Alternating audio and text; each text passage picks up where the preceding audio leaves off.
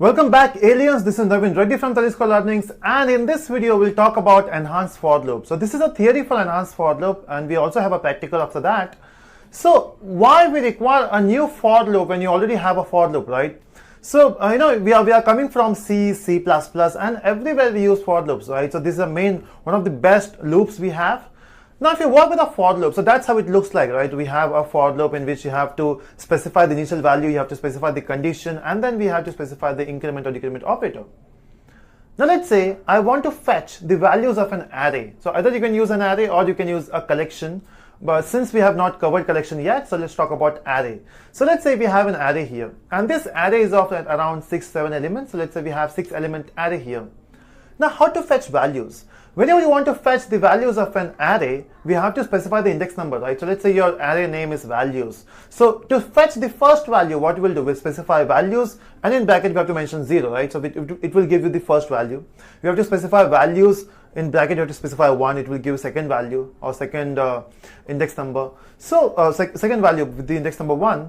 So when you want to fetch the values of an array, if you have seen the example where we have talked about arrays. So imagine array is a tray of cups, right? So whenever you have this tray of cups, why you have to count while providing the, let's say you want to take out some cups from the tray. So you don't count, right? This is for you, this is for you. What we do, we take out the cup and we give it to those people, right? In the same way, if you have an array here, why to specify the index number while fetching the value? Can we do something where you don't have to specify the index number? Directly you can use it. In fact, when you use this index number, this for loop, it may generate bugs. So in order to do that, in order to solve that problem, we have the enhanced for loop where you don't mention the index number, right? So we have, while fetching the values of an array, in this for loop, we specify the index number. In enhanced for loop, we don't specify the index number. Then question arises how it works. So this is a syntax for enhanced for loop. We just write for, then we mention the data type, which is int, right? So let's say we have integer values. If it is string values, you can provide the string. Then you have to mention the variable name, and we have to specify colon and the array name. So what will happen now? So let's imagine we have an array, something looks like this. So from this array, we have to fetch values, right? So let's say the first element is 5, and you want to fetch that value 5 now. So when you work with this for loop, you have to specify values. In bracket, you have to mention 0, right, or I, which will fetch the value. Here, this enhanced for loop will go to the array, and it will fetch the value 5, and it will put it into that I variable, right? So now the value of I is 5. So we are printing the value of I.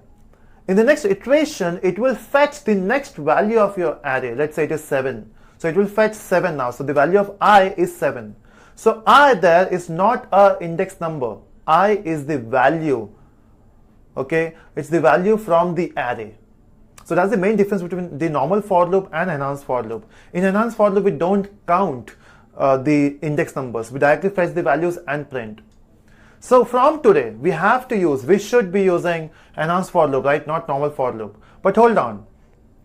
Enhanced for loop only works with arrays and collections, right? And you have to fetch all the elements. You cannot say, I will fetch only first 5 elements. You have to fetch all the elements using enhanced for loop.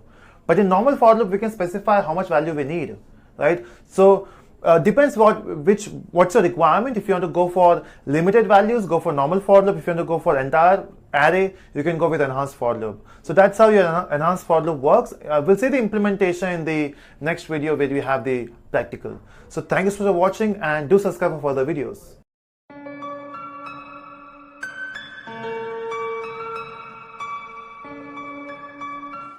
Now let's see how to use enhanced for loop with arrays. For defining that, let me just comment the whole section here. I mean, not all, but this part.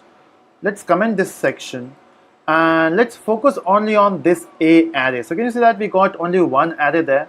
I want to print all the elements. So normally what we do is we say int I equal to 0, and then int I less than 4, and then we say I plus plus. That's how we do it, right? And then we'll simply will print the value of array. We'll say A of I. It will print all the elements, right? This is one way. So if we can run this code, we got the output. That's not the problem. The problem is this loop is normally meant for doing this stuff repeatedly, right? But for array, we got a special type of loop called as ForEach or enhanced for loop, where we can specify the element. We'll say int k colon a. So you don't have to keep the track of the numbers. I mean, you don't have to keep the track of 0, 1, 2, 3. So you can simply say int k colon a, which means it will fetch one value from a. So as you can see in the image now, we have an array there. So when you run the loop for the first time, the first element of a goes to k. So the value of k now is 1. So now what we'll do is we'll simply print the value k. Let me just comment this section. So the first value of a goes to k, and if I run this code, and then for the second iteration, the second value of a will go to k. In the next iteration, if you repeat the loop once again, your third value of k, I mean a goes to k, the fourth value of a goes to k, and if that's how you get the output. So this is much efficient for a programmers where you have to write less number of codes. So this is much more efficient than this one, right? Now sometimes what we do is we always put equal to sign there, and which leads to bugs. So it's always better to be on safe side to use enhanced for loop wherever you use array. Now question arises, can I use an enhanced for loop for two-dimensional array? Because it makes sense to use it for one-dimensional array, right? How do we use it for two-dimensional array? Let's see that. So let's say we have this array which is two-dimensional array. Let me just uncomment everything here. So I have a two-dimensional array here which is D. How can I apply an enhanced for loop there? So instead of using this loop, I want to use enhanced for loop. So for sure we require an enhanced for loop. We'll say int. Now the problem is if you say k and if you say k colon D, now for D, the first element, see when you say enhanced for loop, it will give you the first element, right? So when you work with this type of array, the first element is 1. But when it comes to D, the first element itself is an array. You can see that the first element itself is an array, which is 1, 2, 3, 4. So that means this k is not a normal int variable. The k need to be an array. Okay, so the first array itself, 1, 2, 3, 4 goes into k. So to fetch the values from k, again we have to write one more loop. Let's say this is L, which will fetch the value from k. So k is fetching the value from D, so k will get the whole array. One array at a time. It will get this array, then it will get this array, it will get this array.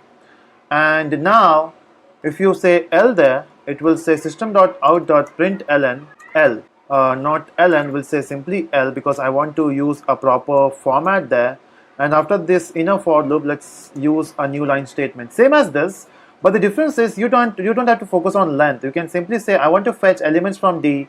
I got an array, from that array I'm fetching one value. If I run this code, you can see both this loop gives the same output. So we can also use enhanced for loop with two-dimensional array. So we can use enhanced for loop with one-dimensional array, or you can use enhanced for loop with two-dimensional array. So that's it about enhanced for loop. In the next video, we'll see some other topics. So that's it. So hello everyone. In this video, we'll talk about ForEach method in Java 8. So again, we are seeing all the new features in Java 8. So we have done with the default method in interface. So in this video, we'll see how to use ForEach method. Now, why we even require ForEach method? For that, let's discuss one thing.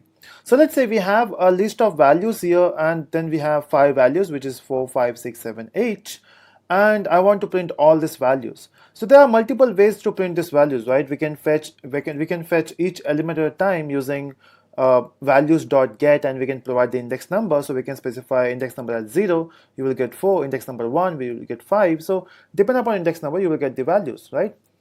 The other way is you can use for loop. So we can use normal for loop. We can say I equal to 0, I less than equal to the size of the list. So we can say less than values.size and then I plus plus, and then we can print in this way. We can simply say values.get, and we can pass I, right?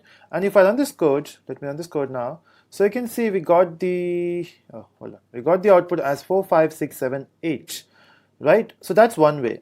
The other way is, let me just comment this part. So the other way is in Java 1. I don't know, in the previous versions of Java, we had one more way, which is called as enhanced for loop, using which you just need to mention the variable name, and you have to mention the array list name, which is values here.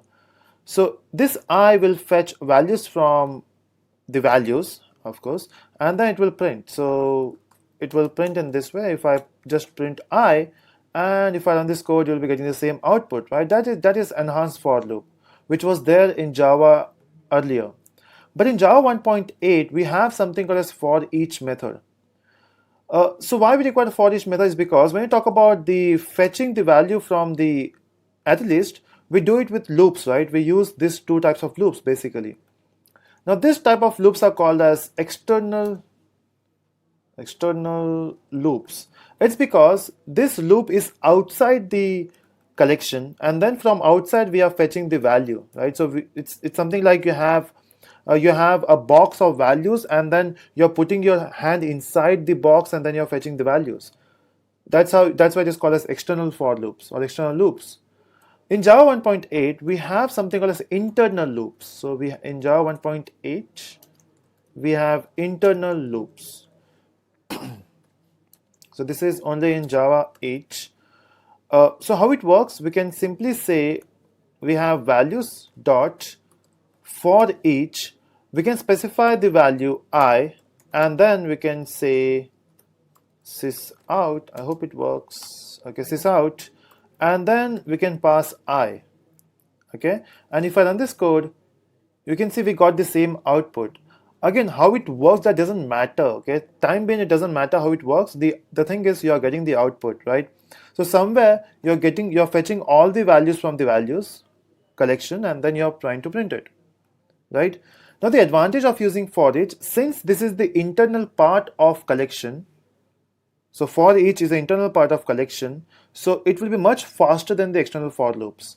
So let's say if you're working on huge amount of data, if you're working with huge collection of data, to process all those data or to fetch all those data, instead of working with external for loops, we can work with internal for loop, which is for each loop or for each method here. Sounds good, right? Now this thing again is new feature in Java, which is Lambda Expression. So how this part works, that we'll discuss in the next video.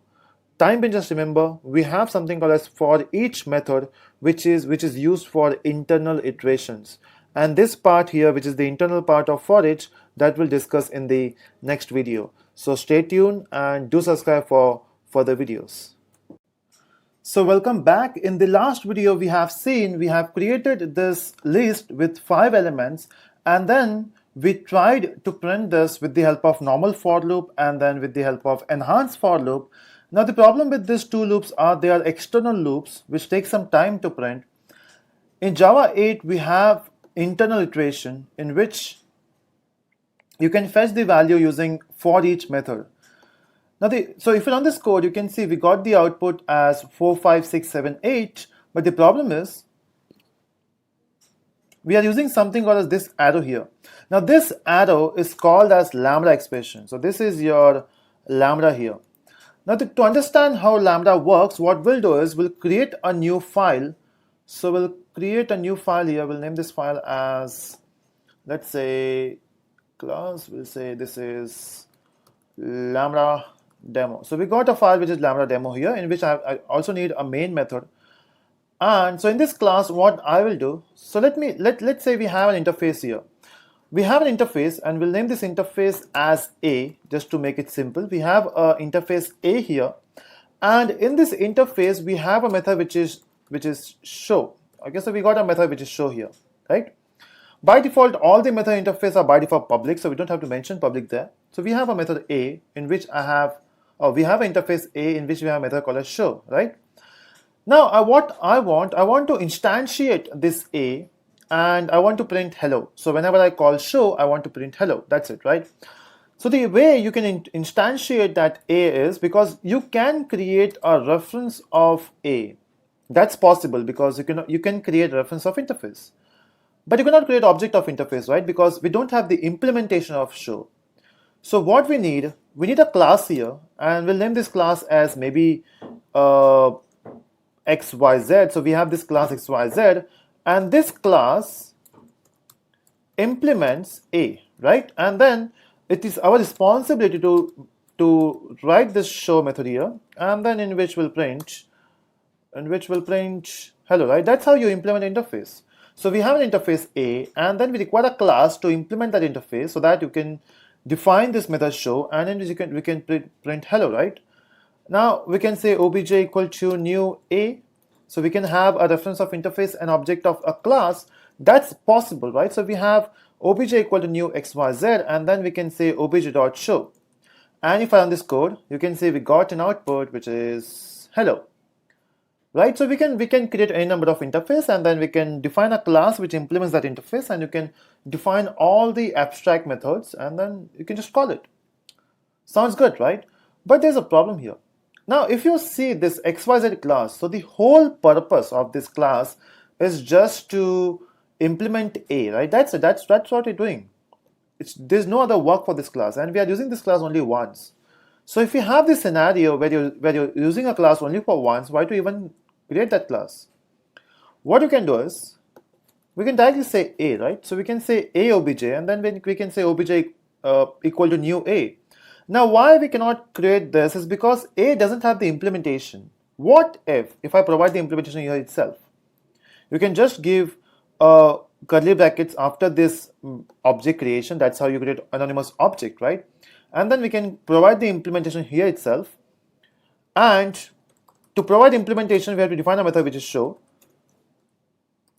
and here we'll print hello. So instead of providing the implementation in this class, we can provide the implementation here. So before running this code, let me show you the class file there, or when you compile this code, what are the class files you will get. So let me just open that folder for you. You can see that this is the folder we have, so in which you have class A, of course, because we have a class called as A, or we have an interface called as A, so it will also have a class file. We have a demo for it, that was the earlier file we had. Let's talk about the recent file. So we can see we have a Lambda demo, and then we have we got the implementation of this. Let me just go back to the previous code. We'll just copy this code. Okay, let me just cut this part and again make it xyz, and we'll remove the comment. So if you go with this type of coding, and if you can see the files here, so we can see we have a, we have Lambda demo, and then we have xyz, right? So we got 3 files. And if I just comment this again, and if I replace this with a bracket, and then we can just paste that code here. So if you have this type of implementation, so this block here is called as a class, right? Whenever you have methods inside a block, that will be a class. So this is a class here. Now this class is a class inside the Lambda demo. It is called as inner class. Now this class doesn't have a name. That's why this type of classes are called as anonymous inner class, right? Sounds good. So we have a class which is anonymous, and whenever you create anonymous inner class, you get a class which is Lambda demo $1. Since we don't have a name for the class, it will say $1. Now what we'll do is if you just observe this code, okay, so if you just observe this code, we have an interface which has only one method, okay, and then we are trying to implement this. Now if I show you something in this way, if I have a obj on the left side, is it quite obvious that there will be new a on the right side? So this is obvious thing, right? What about the method? Inside a, you just have one method which is public void show. Then why do you even write that? Because whenever you talk about implementation or a method, you need 3 things: the method name, the method parameters, and the method return type. If you have mentioned everything inside the interface, why you have to write this thing here? So that means this part is called, this is called as boilerplate code. We don't require this thing. It's not compulsory, right? So what we can do is, in Java 8, it gives you a feature, you can remove this code. Now since you are removing this curly brackets, we need to also remove this curly bracket. So let me remove this first, and then we'll remove this part here.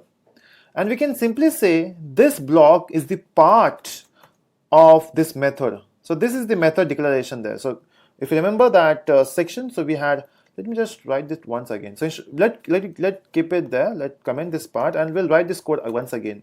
So what we can do is we can say obj equal to, we don't have to write this thing here from here to here, we just have to mention this round brackets. So we'll use a round bracket here, and we'll mention whatever I'm writing here will be a part of this arrow, and it will be with the help of curly brackets. I will say it is s out, and I will print hello, right? And then we can provide a semicolon here. So instead of writing this block of code, we can simply write this block of code. And if I run this, again, mind you, this only works in Java 8. So we can see we got hello here. But we just have one line right here. So yeah, this thing is called a Lambda expression. So we just have one line here. So if you have only one line, you don't have to write this curly brackets also, and we can remove this semicolon, and we can write everything in one line. So we can just remove this, and that's your way of implementing an interface. So this is same as this block, and this is same as this block, right?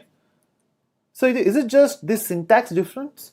No, if you check these files, you can see we don't have any inner class, and that's the advantage of Lambda expression. Awesome, right? And yeah, so that's your method definition, and we need to print something. Now let's say if I change this thing, let's say I have a parameter here. So I'm taking a parameter which is int I, and so if you define this here, so I have to mention int I, and then we can print the value of I here, provided if you pass a value. And the same thing we have to do for the inner class. We need to take a parameter. Again, if I have just commented that part, I'm just talking about if, let's say if you're working with that way. Now what about this? Here also we need to mention it is int I, and then we can pass the value of I here just to print it. We can also pass the value, so we are passing 6, so this 6 goes here, and then we are printing the value of 6, so it will print hello 6. And if I run this code, we got hello 6, right? Now Java 8 provides you one more feature. If you see the interface, we have already mentioned that inside show we have int. Then why do you even mention this? We can just remove this part, and we have I, right? And then we don't have to declare that I also. And that's the advantage again with Java 8. It removes lots of boiler codes. And if you have only one parameter, you don't have to even write that round brackets. You can simply use I, arrow, and then hello. Great. So that's how you use Lambda expression. So this is Lambda expression here. So whenever you try to implement something, you use Lambda expression. So you are passing a value, and then you are trying to print it. So this is Lambda expression here. Now let's go back to the demo for each method. So if you can see, it's almost same, right? Whatever we have mentioned there, so it is almost same. So for sure, this line here is the implementation of some interface. This is the implementation of interface A. So this line here is the implementation of some interface, right? And that interface is consumer interface. So it is consumer interface. Okay, now what exactly consumer interface is, that we'll see in the next video. So thank you so much for watching, and do subscribe for the consumer video. So what we have done till now is we have created an array list in which you have 5 elements, and then instead of printing those elements with the help of external for loops or normal for loop and enhanced for loop, what we are doing is we are trying to print those values using internal loop, which is available in Java 8. So whenever you work with ForEach, you can also use something called as Lambda expression to print the values. So we have seen how ForEach works. We have seen how Lambda works. Now what we'll do in this video is we'll check how this expression works here, because what we have done is we have seen how Lambda expression works with the help of a normal interface. So we have created an interface which is A, in which you had a method which is show, and then we were trying to print the values of, we were trying to implement the interface A with the help of Lambda expression. So let's try to do it in this example. So what I will do is I will just remove the extra code. We just have a list of array and a list of elements, and then we are just printing those values with the help of enhanced for, or not enhanced for loop, a for each loop. So now let's see how this thing exactly works. So when you work with this for each method, it takes a parameter which is the object of consumer. So whenever you write this statement here, it's an object of consumer. Okay, so let me show you something. Let me just comment this part. Okay, so whenever I work with it, but if I say values dot for each, so you can see it says in order to work with for each, you need to create object of consumer. So if I say enter, it needs an object of consumer. So let's see what is consumer here. So what I will do, I will go up and I will say consumer. And since we don't have the package, let's import the package here. And it belongs to a package which is java.util.function.consumer. Again, this package was not there before. It is available in Java 1.8. It will ask you for the type of the consumer. Time bin will keep it empty. And let's go back to consumer interface. So if you go to consumer interface, it says it's a functional interface. A good news for you, whenever you have a functional interface, we can use Lambda expression. So consumer here is an interface, and this T defines the type. So if your consumer is working with integer, so this will be integer here. So you can change this T to integer, you can make it float, you can make it any type of object you want. Now for this consumer interface, we have a method which is accept. So this consumer method or this consumer interface, which is functional interface, which has only one method, and the name of that method is accept, which takes a parameter. So in order to work with consumer, what we need to do is we just have to create an object of consumer first. So how to get an object of consumer? The problem is consumer is a interface, right? So we need to create a class first, and we'll name this class as cons_impl, which implements consumer. So we'll say this is impl, which will implement consumer. That's how you create an object, right? So we'll say this is consumer. And now since we are implementing this method or implementing this consumer interface, we need to define a method which is this interface consumer. Inside this we have a method which is public void accept. Now, so if your consumer is working with integers, so again you can see we are asking for a type here, right? So what we'll do is we'll mention we are working with integers, and this accept method will take integer I. So depending upon this type, it will define this type here. And we can do anything with that now. We can simply say sout and we can print the value of I. So for given number, you have to just print the number. That's it, right? So we have created a class which implements consumer. Now here we need to create object of, instead of creating object of, okay, let's do it outside. So let's get object of consumer. We'll say this is we'll say consumer for integers. We'll say c equal to new. Now I cannot create object of consumer. We need to create object of cons_impl. Right? That's how we do, right? That's how we create object, and then we can mention here. Wait a minute, no need to mention, and then we can pass c. Now what will happen? Let's run this code. So you can see it is printing the same values. So how exactly it works is whenever you say ForEach, it will pass those 5 values one by one to this object which is cons_impl object, which implements consumer. So ForEach will fetch the first value which is 4. It will send this value 4 to the accept method, and then we are printing 4. Next it will take 5, and then this 5 will be sent to accept method, and then we are printing 5. Okay, why it takes all integers? Because we have mentioned integer here. That's how it's working, right? And if I run this code, you get 5, 6, 7, 8, 5, 6, 7, 8. Right? Now, instead of using, so you can see we are using this object only once, this object which is C. Before that, let's modify something. Before that, let's do something. So we have this class here which is used only once, right? So instead of creating a named class or a class which has a name, we can create an anonymous class, right? I hope you remember in the in inner classes we have talked about how to create an object of interface. So what we'll do is we'll not do it here. We can simply say it is consumer. Now you will say we cannot create object of consumer is because consumer is an interface, right? But we can provide the implementation here itself. We can mention we are working with integers, so that's integer for you, that's integer. And we can define that method which is public void accept, which takes a integer parameter. We'll say int I. And with this int I, let me print the value. Let's print I.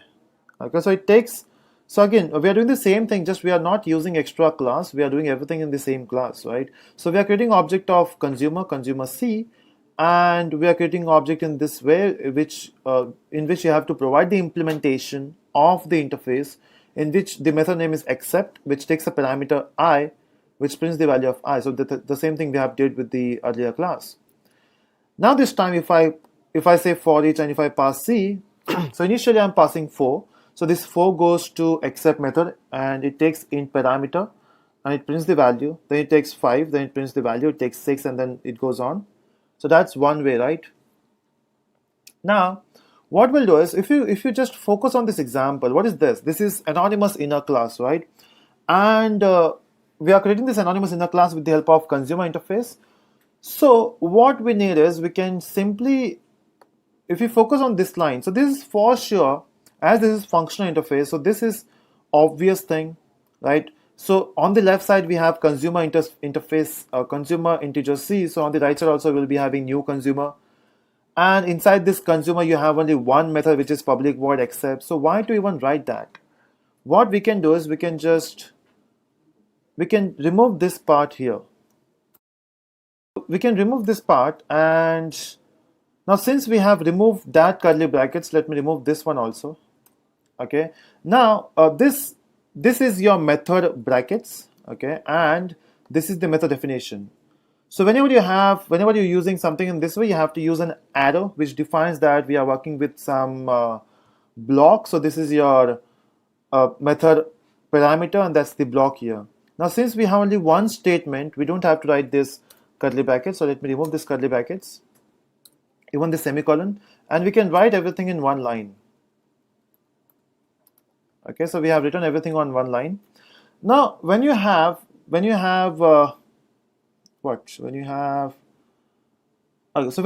integer here, so when you say that we are working with integer, so why do you even mention integer here? We can remove that integer from this way.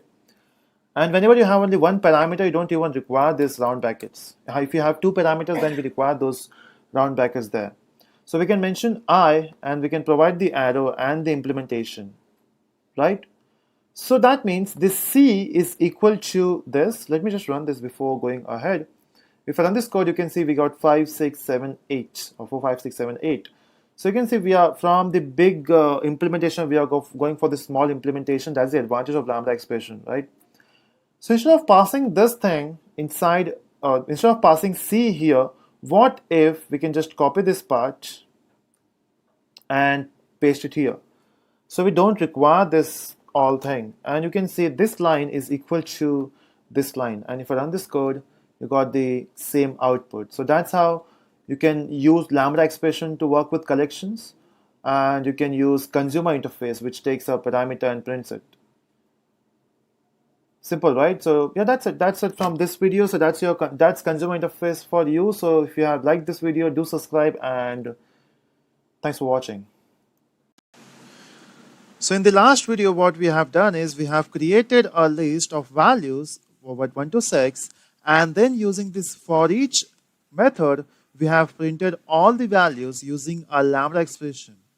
Now if you concentrate here, what we are doing, we are taking the value from the collection, which is from a list which is 1 to 6, one by one. So first initially this I will be 1, and then we are printing the value of 1, or I, which is 1.